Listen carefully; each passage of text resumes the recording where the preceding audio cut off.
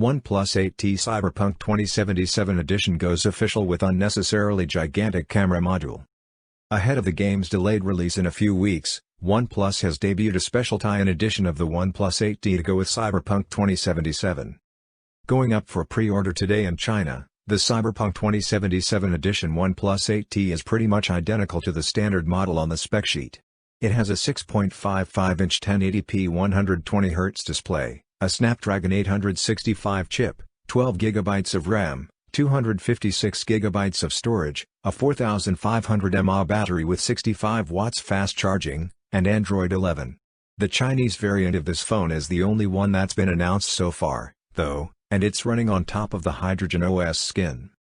The big standout for this version of the OnePlus 8T is its Cyberpunk 2077 inspired design.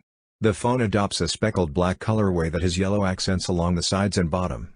The game's logo is also present at the bottom of the rear panel. To round out this design, OnePlus has also expanded the width of the rear camera module to essentially the entire width of the phone itself.